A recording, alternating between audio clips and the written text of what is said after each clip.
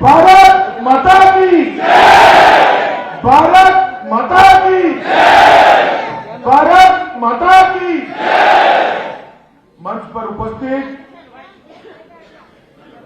हमारे जिलाध्यक्ष जी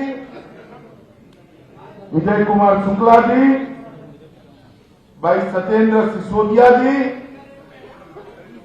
यहां के लोकप्रिय नेता और मेरे मित्र केंद्रीय मंत्री संजीव बालियान जी, उत्तर प्रदेश के सरकार के कैबिनेट मंत्री और जिन्होंने एक पश्चिमी उत्तर प्रदेश में भारतीय जनता पार्टी की इमारत को एक एक ईंट रखकर गढ़ने का काम किया है, ऐसे हमारे भूपेंद्र चौधरी जी, सदर के विधायक और भावी विधायक कपिल देव अग्रवाल जी, हमारे डॉक्टर वीरपाल निर्वाल जी, जिला पंचायत के अध्यक्ष जी, बुढ़ाना के प्रत्याशी भाई उमेश मलिक जी, खतौली के प्रत्याशी श्रीमान विक्रम सैनी जी, पुरका जी के विधायक और प्रत्याशी प्रमोद उटवाल जी, चरखावल के प्रत्याशी श्रीमती स्वप्ना कश्यप जी, मीरापुर के प्रत्याशी श्री प्रशांत गुर्जर जी,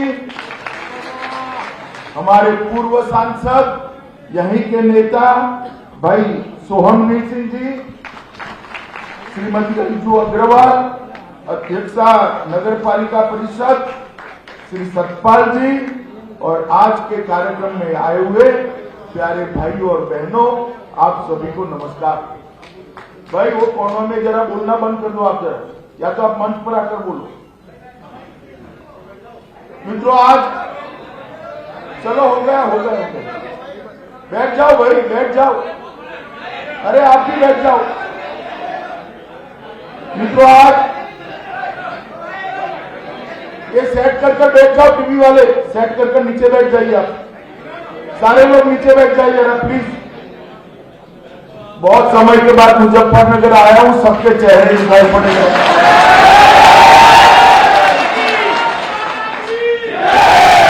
मित्रों बहुत समय के बाद मुजफ्फरनगर की एक वीर भूमि पर मैं आया हूं।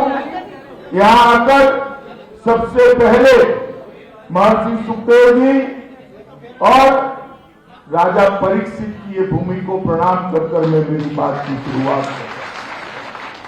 स्वतंत्रता संग्राम में दूधली गांव के क्रांतिकारियों ने जो इतिहास यहां पर रचा है, उसको भी स्मरणांजलि देकर मैं प्रणाम करना चाहता हूं।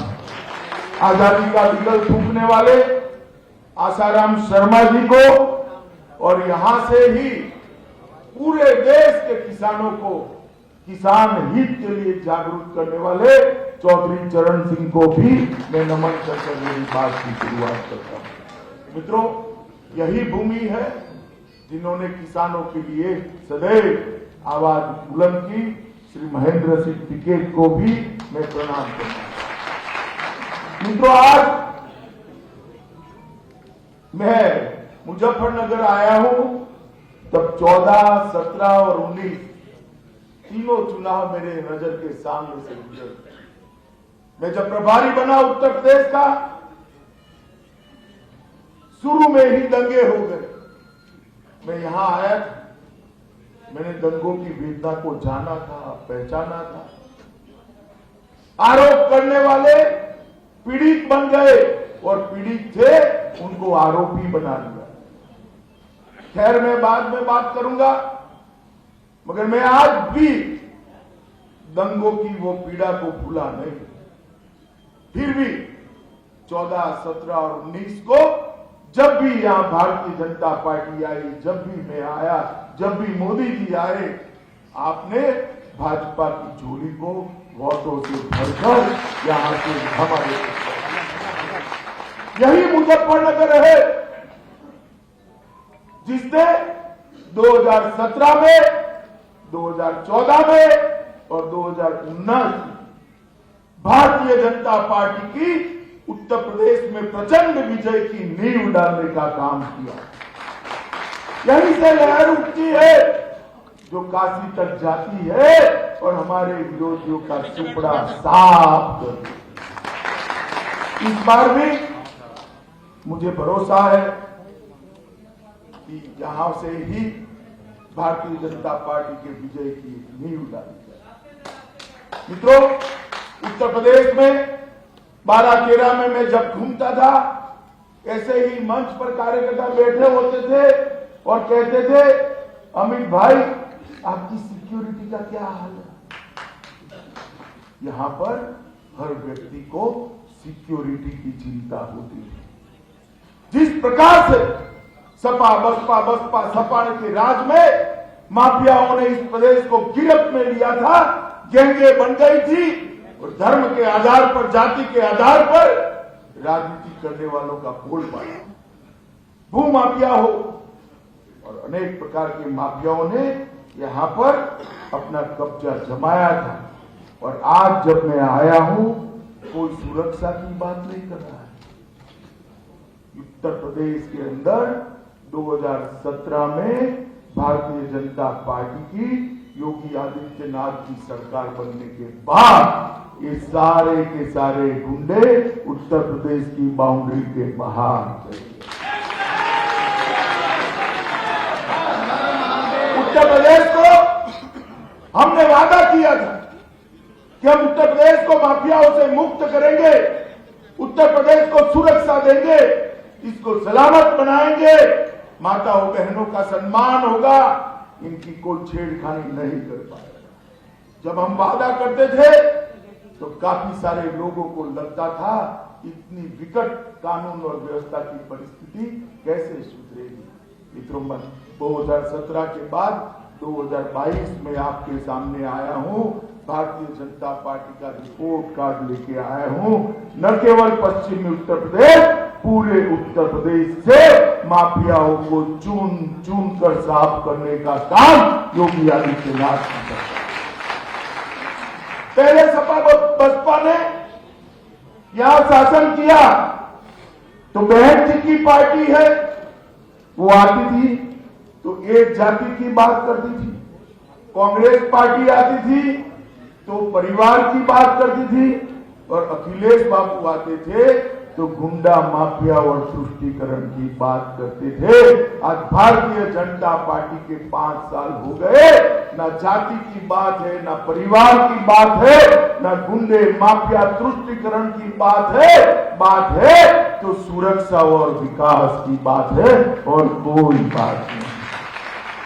और अखिलेश बाबू को मैं सुनता था, कल भी कहकर गए यहां, उनको लाज भी नहीं आती, झूठ भी इतने जोर से बोलते हैं कि कोई सच मान जाता है। उन्होंने कहा कानून और व्यवस्था की परिस्थिति ठीक नहीं है। अखिलेश बाबू, आज सार्वजनिक कार्यक्रम में मैं आंकड़े देने आया हूं, हिम्मत हो तो आपके समय के आंकड़े लेकर कल प्रेस वार्ता करिए।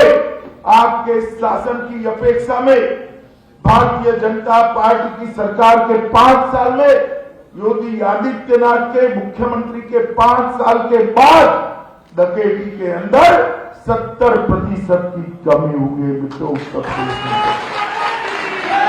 और ये रिकॉर्ड है, लूट के अंदर 69% करीब लूट के अंदर भी 70% की कमी हुई।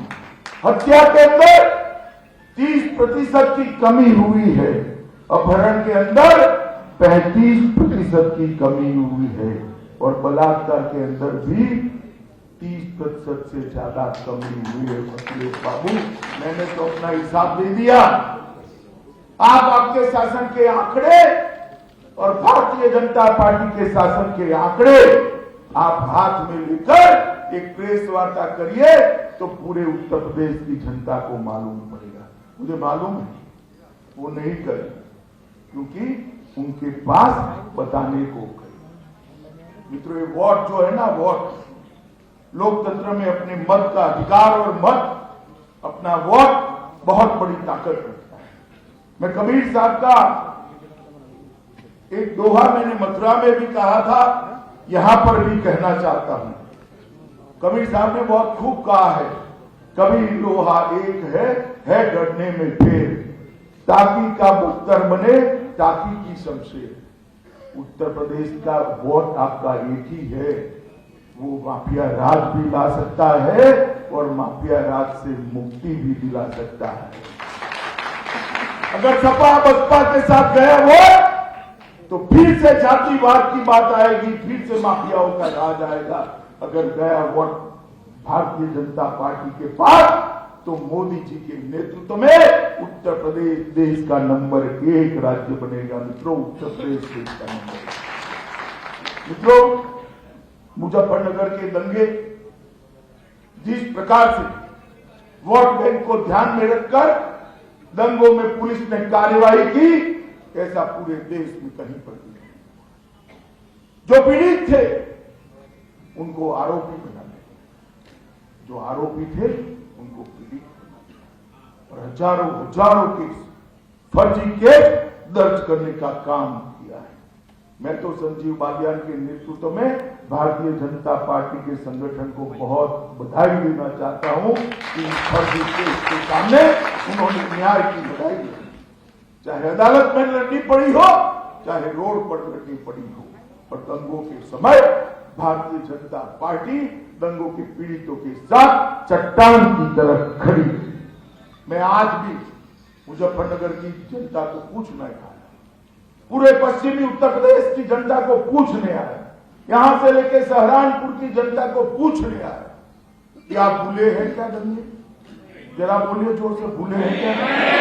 भूले हैं? नहीं तो फिर से अगर वोट देने में गलती कर दी तो वही दंगे कराने वाले फिर से लखनऊ की गद्दी पर बैठ जाए।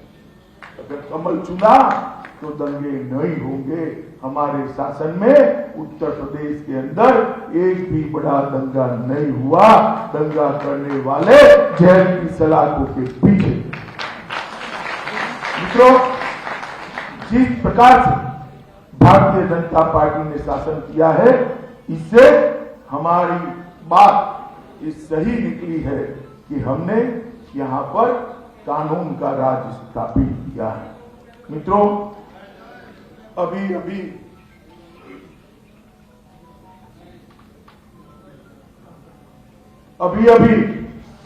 कल अखिलेश जी और जयंत जी की मैंने प्रेस कॉन्फ्रेंस देखी। अखिलेश जी ने बहुत अच्छे से बात की कि हम साथ हैं, हम साथ हैं, हम साथ हैं।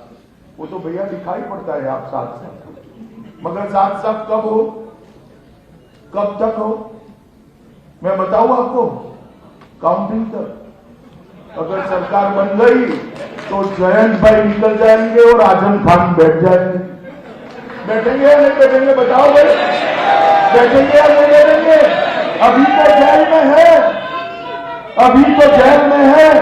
फिर आप जयंत जी को उनके साथ नहीं देखोगे।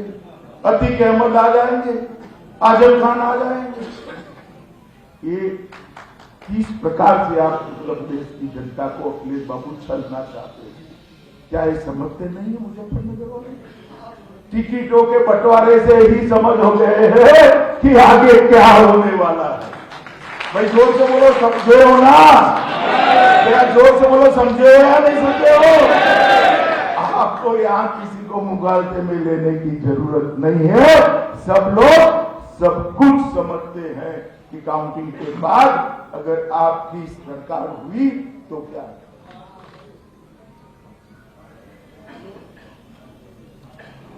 मित्रों, ये भूमि हमेशा वीरों की भूमि है, और विशेषकर जाट समाज हमारी सभी सुरक्षा बलों में और सेनाओं में भर भर कर हमारे समाज के लोग, यही धरती के लोग, यही पश्चिमी उत्तर प्रदेश और हरियाणा के लोग, कहीं पर भी सीमा में चले जाओ यहां का लड़का आपको मिल जाएगा। मैं तो कई जगह बीएसएफ के कैंप में भी गया, सीआरपीएफ के कैंप में भी गया, कश्मीर गया तो सेना के कैंप में भी गया, सब जगह भी। तो ये वीरों की हमेशा यहां पर देश की सुरक्षा के लिए जान देने वाले लोगों ने कभी पीछे मुड़कर नहीं। और भारतीय जनता पार्टी भी देश की सुरक्षा को प्राथमिकता पर रखने वाली पार्टी। 10 साल तक सोनिया मनमोहन की सरकार थी, याद है ना सरकार? याद है या नहीं है? जोर से बोलो। वो सरकार अकेली नहीं थी, सपा और बसपा का समर्थन था उनको। सपा ने भी समर्थन दिया था, बसपा ने भी समर्थन दिया था। 10 साल देश में शासन किया इन्होंने। 10 साल तक देश की सरहदों को, सरहद के उस पार से पाक प्रेरित आतंकवादी आलिया मालिया जमालिया आते थे, देश में घुस जाते थे, हमारे जवानों का सर काटते थे और पैरों से अपमानित थे। बड़े दिल्ली के दरबार में जो नेतृत्व बैठा था, ये सपा बसपा कांग्रेस का नेतृत्व, उनके माथे पर जू नहीं रहती, वोट बैंक की लालच में उफ नहीं करती। बदला लेने की तो बात छोड़ो, आपने कृपा कर दी, 2014 में मोदी जी प्रधानमंत्री बन गए। प्रधानमंत्री बनने के बाद पाक प्रेरित आतंकवादियों को लगा कि ये सब अभी भी हम कर सकते हैं, ये सब हम अभी भी कर सकते हैं। तो उन्होंने उरी में हमला किया, अपने जवानों को जिंदा जला दिया। पुलवामा में हमला किया, 40 जवान मारे गए। मगर पाकिस्तान मुगालते में था, उनको मालूम नहीं था यहां प्रधानमंत्री बदल गया है, पार्टी बदल गई है। अब मनमोहन सिंह जी प्रधानमंत्री नहीं है, नरेंद्र मोदी जी प्रधानमंत्री है। और कांग्रेस सपा बसपा नहीं है, भारतीय जनता पार्टी की सरकार है। मित्रों, 10 दिन के अंदर सर्जिकल स्ट्राइक और एयर स्ट्राइक कर पाकिस्तान के घर में घुसकर आतंकवादियों का सफाया। आप मुझे बताइए भाइयों, इस देश को ये सपा बसपा कांग्रेस सुरक्षित रख सकते हैं क्या?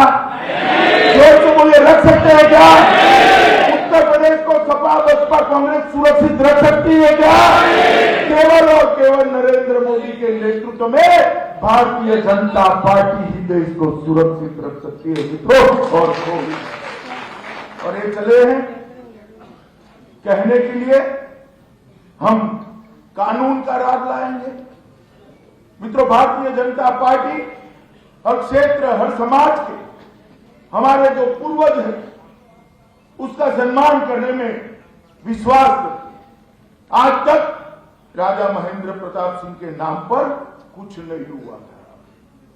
हमने राजा महेंद्र प्रताप सिंह के नाम पर अलीगढ़ विश्वविद्यालय का निर्माण कराने का काम किया और मोदी जी स्वयं वहां गए। और ये जो कार्यांजलि दी है वो सिर्फ महेंद्र प्रताप सिंह को नहीं दी है। टांडा रमाला रोड का नाम चौधरी चरण सिंह के नाम पर रखा, छपरोली बरनावा रोड का नाम महेंद्र सिंह टिकैत के नाम पर रखा, विजयवाड़ा तक जाने वाली सड़क का नाम दादी चंद्रा तोमर के नाम पर रखा। हरियाणा में सर छोटू राम की प्रतिमा को हमने प्रस्तावित करने का काम किया। कांग्रेस पार्टी अगर मूर्ति लगाएगी किसी की तो ज्यादा से ज्यादा राहुल गांधी, इंदिरा गांधी, जवाहरलाल नेहरू, इससे आगे नहीं जाते। उनको तो सरदार पटेल से भी दिक्कत है। ये तो मोदी जी थे जिन्होंने आसमान को छूने वाला सरदार का स्टैच्यू केवड़िया कॉलोनी में बनाया।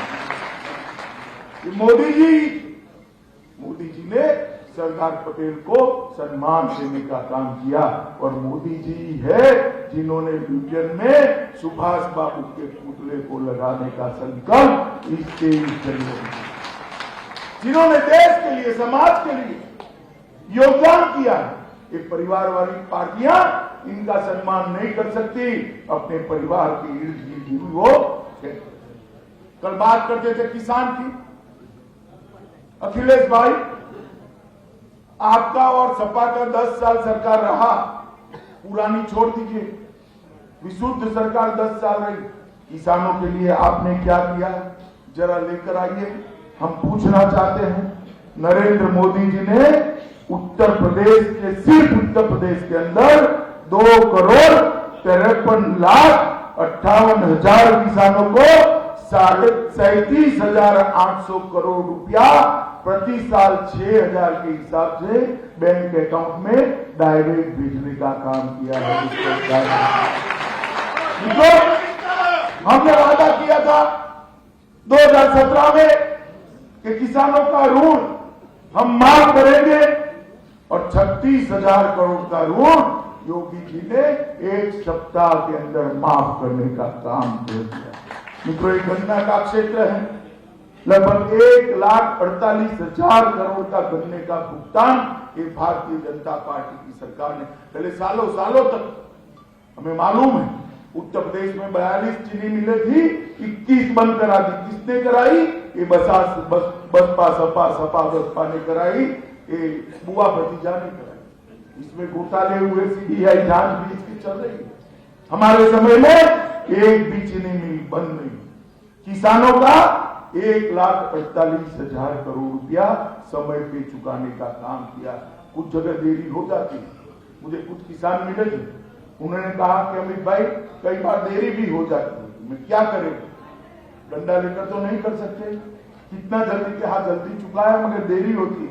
हमने तय किया है, भारतीय जनता पार्टी के घोषणा पत्र में हम घोषणा करने वाले हैं कि जो देरी होगी उसका सूद वो मिल से वसूला जाएगा।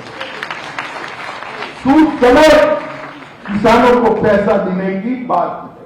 कांग्रेस की सरकार थी, रॉ शुगर आयात करते थे, यहां पर चीनी के दाम गिर जाते थे, चीनी के दाम गिरते थे तो गन्ने की पेमेंट नहीं होती थी। हमने रॉ शुगर पर इंपोर्ट ड्यूटी डालकर किसानों को प्रोटेक्ट करने का काम किया है और मित्रों परिणाम हुआ है 2021 की साल में 3,868 लाख टन गन्ना, जो पूरे भारतवर्ष में सबसे ज्यादा है, और 427 लाख टन चीनी, जो भी पूरे भारतवर्ष में सबसे ज्यादा है, वो हमारे उत्तर प्रदेश में।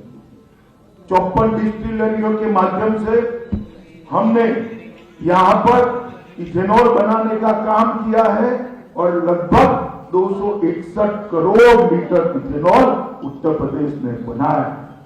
हमने ढेर सारे किसानों के लिए और काम किए हैं, सारी इरिगेशन की योजनाओं को पूरा करने का काम किया। लगभग 4,72,000 किसानों को फसली ऋण देने का काम किया। फसल बीमा का लगभग 2,300 करोड़ चुकाने का काम किया है और आज इसी का परिणाम है।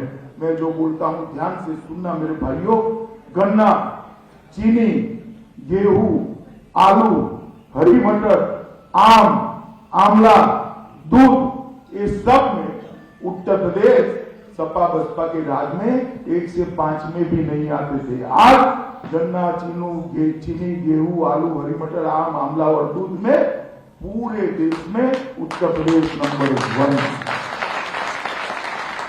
अखिलेश भाई, ये हिसाब लेकर आना जरा, मुजफ्फरनगर फिर से आओगे, मुझे तो मालूम है आओगे नहीं आप। मेरी मीटिंग न होती तो आते भी नहीं आप पश्चिम उत्तर प्रदेश को कितना महत्व देते हो मुझे मालूम है, मगर फिर से आओ तो हिसाब किताब लेकर आना।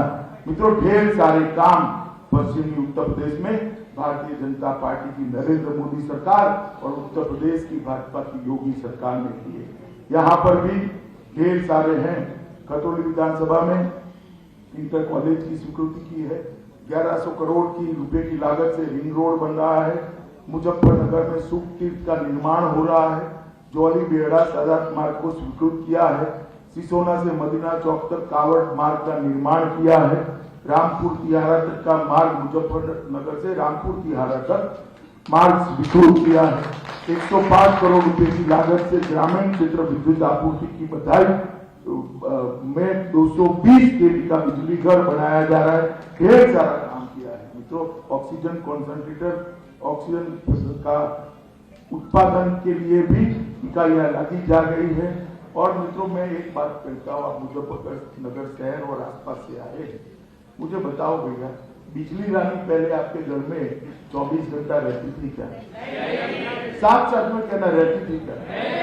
अखिलेश को ऐसा ना लगे कि संजीव बालियान से डर कर कह रहे हैं। क्या तक में बताओ, बिजली रहती थी क्या? जोर से बोलो, रहती थी क्या? भारतीय जनता पार्टी की सरकार ने शहर में 24 घंटा और गांव में मिनिमम 22 घंटा बिजली पहुंचाने का काम ये भारतीय, इसको प्रशासन। अरे क्या मुफ्त की बात करते हो अखिलेश? आप तो बिजली भी नहीं दे पाए, मुफ्त क्या दोगे? जो चालू है उसको 10 घंटे पर फिर से पहुंचा दोगे। मित्रों, भारतीय जनता पार्टी की सरकार ने ढेर सारे उत्तर प्रदेश में काम करे हैं। मैं बहुत ज्यादा कहना नहीं चाहता, हमारे कार्यकर्ता आपको बताएंगे। परंतु जब हम सरकार में आए उसके पहले उत्तर प्रदेश 7वीं अर्थव्यवस्था देश में हुआ करता था। कौन से नंबर पर था? आज दूसरे नंबर पर है, 5वीं साल में 5। और ताली और एक बार फिर से बताना, फिर से एक बार भारतीय जनता पार्टी की सरकार बना दीजिए।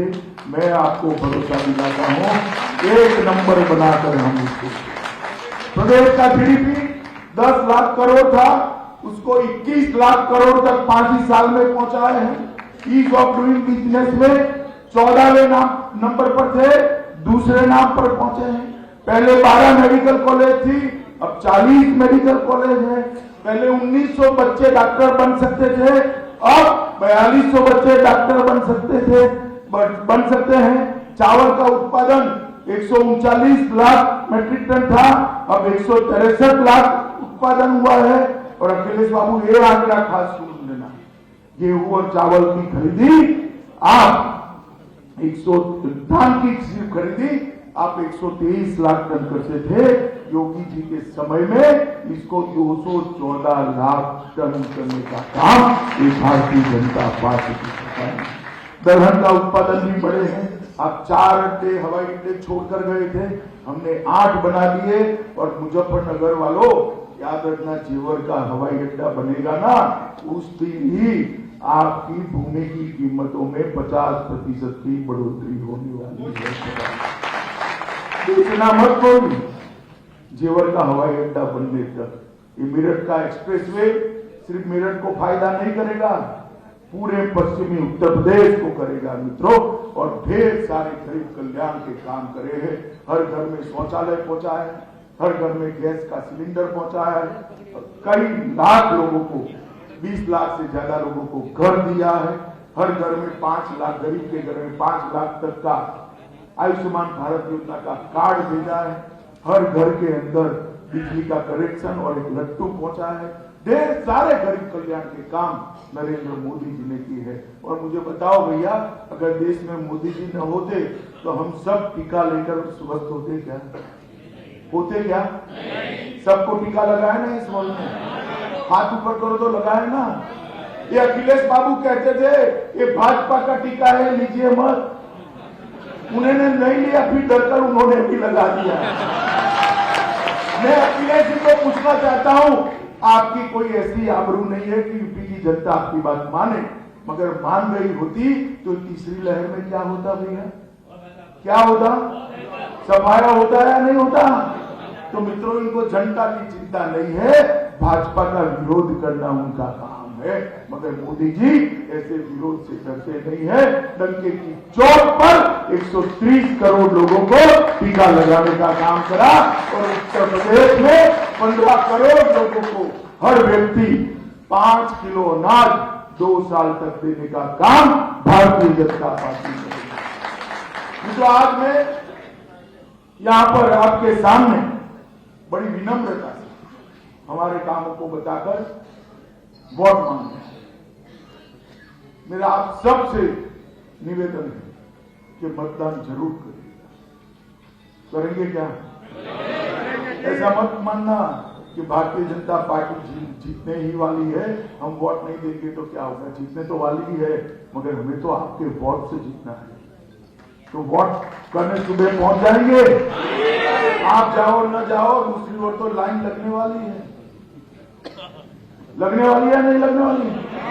तो अपनी भी लगानी पड़ेगी या नहीं लगानी पड़ेगी? सभी भाजपा समर्थक लाइन लगाकर सुबह 7 बजे वोट डालने पहुंच जाए और भारत माता की तस्वीर दिमाग में रखकर कमल के निशान पर बटन दबा दे। यही अपना करने आया हूं उनको फिर से एक बार फिर से। नमस्कार, मैं हूं मानक गुप्ता।